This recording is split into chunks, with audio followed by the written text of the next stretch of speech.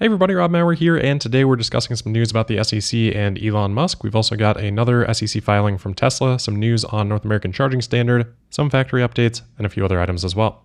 Pretty quiet day for the stock today. Tesla down about 0.5%, closing at $259.98. The NASDAQ down about 0.1%.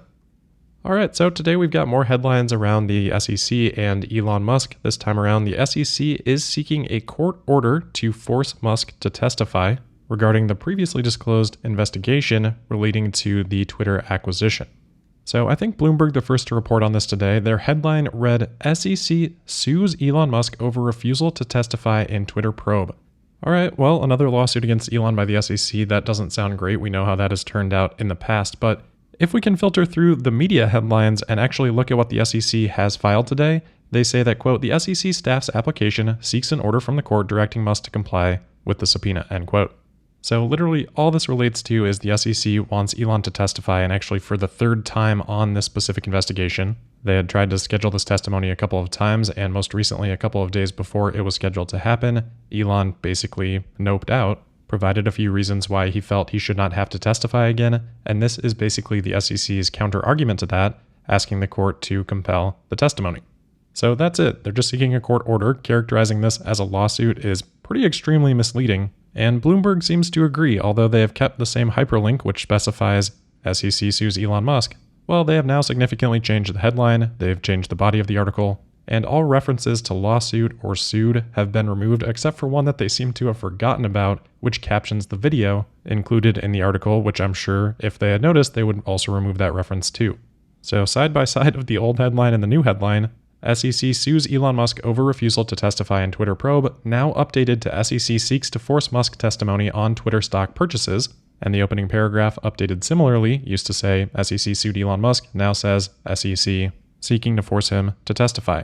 But at this point the language is already out there. People already think the SEC filing a new lawsuit against Elon, which also carries the connotation that they've closed their investigation and are now pursuing the lawsuit.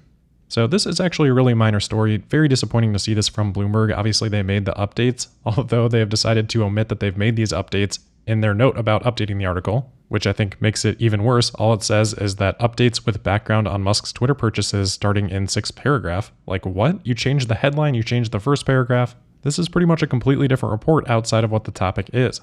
So very disappointing reporting, but continuing to look further into the actual SEC action. Just to better understand what's going on here, a lot of people have thought that this investigation relates to when Elon filed a 13G filing disclosing his significant ownership in Twitter. That had happened a couple of days late. In this SEC filing, they say that one of Musk's objections was that, quote, in the context of an investigation into the timing and substance of a Schedule 13G, enough is enough, end quote. But the SEC says this objection fails at its premise. The SEC's investigation pertains to considerably more than the timing and substance of a particular SEC filing. It also relates to all of Musk's purchases of Twitter stock in 2022 and his 2022 statements and SEC filings. So hopefully that helps clarify what exactly this investigation is about, what exactly this filing is about. Again, this is just the SEC requesting the court to compel Musk to testify. I would imagine that they'll probably succeed with this request.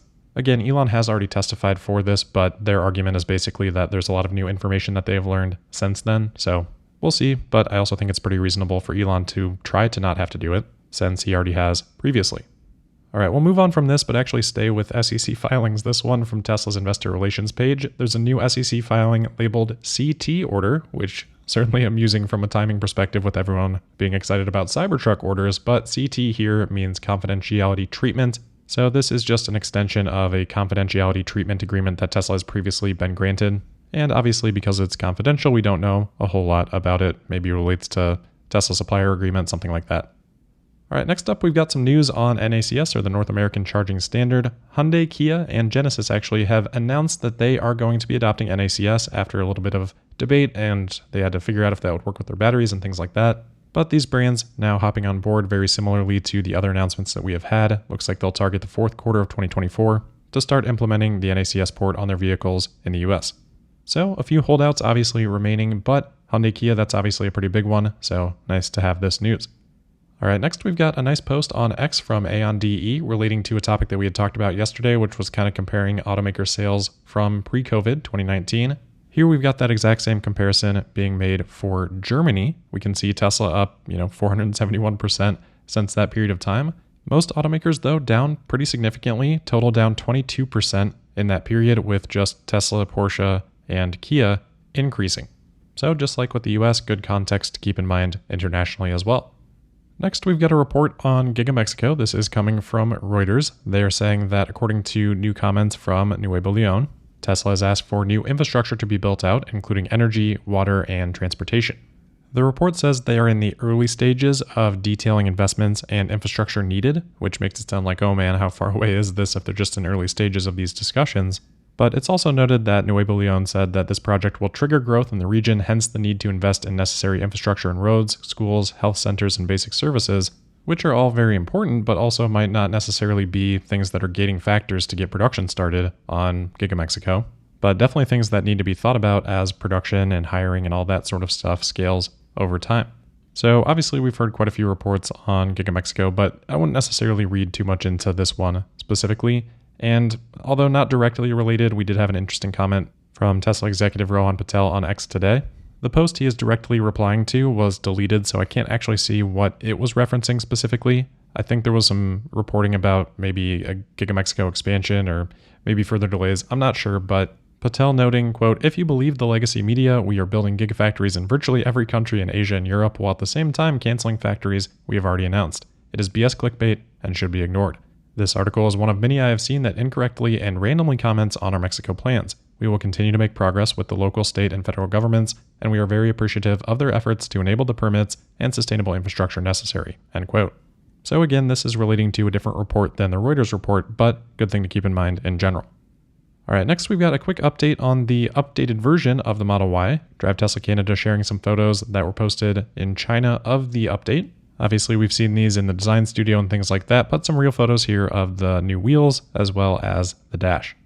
Next, another continuation of a story that we had talked about yesterday, which was Tesla reportedly finalizing the Giga Nevada expansion plans a few days ago. From Electrek, it looks like over the last few days, they have now added a number of new Tesla Semi positions, which could be a result of these plans now being finalized, which is exciting to see. Obviously, it's still going to require a decent amount of patience from this point, but nice to see a few signs of progress there nonetheless. On to the Cybertruck. Not as much new news today, but a couple of really nice shots again, continuing to come out of the Cybertruck at Starbase, including one that shows the Cybertruck next to a Model X that seems to be pretty clearly rigged up to shoot video of the Cybertruck. There had been reports of this, but I think that now looks very clear that Tesla was doing some promotional filming, which is obviously encouraging. And then over on Reddit, a user by the name of Just Human Garbage took a video of a Cybertruck at a supercharger, and I think the lighting just looks really nice here. This, when I first saw it, it made me think of all those times where I say, you gotta just see it in person. This video actually feels like what it feels like in person, I think. It is a very impressive vehicle. All right, we've got a couple other automaker updates. First on GM, it has been reported by The Information that GM's pretty recently named CTO is going to be leaving the company on November 1st. So his tenure is only going to be a couple of months after having spent his entire career effectively at GM. It's also kind of interesting because he was just pretty open about where GM stood on their battery technology, saying that GM needs to make its own batteries. And I think GM has tried to present it that way through the Ultium platform. Obviously, that's done in partnership with LG. So who knows if it was related to those types of comments, but from what I could tell, this person seemed to have a pretty good understanding of where things needed to go, but obviously not going to be able to see that through. Then we've also got an update from Lucid. They have announced the rear-wheel drive version of the pure trim Lucid Air. They are stating the range as 410 miles, though they say that the EPA range estimate would be 419 miles. So just a bit above the long-range Model S, and the price will be a bit above it as well, starting at $77,400. Obviously, the margins, though, for Lucid are going to be tough, to say the least. All right, last couple of things. As scheduled, Elon did partake in the International Astronautical Congress today.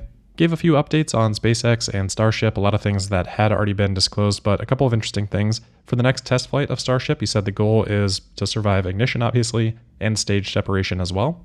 He was also asked when SpaceX would try to catch the rocket, and for the booster, said that that could maybe happen within the next year.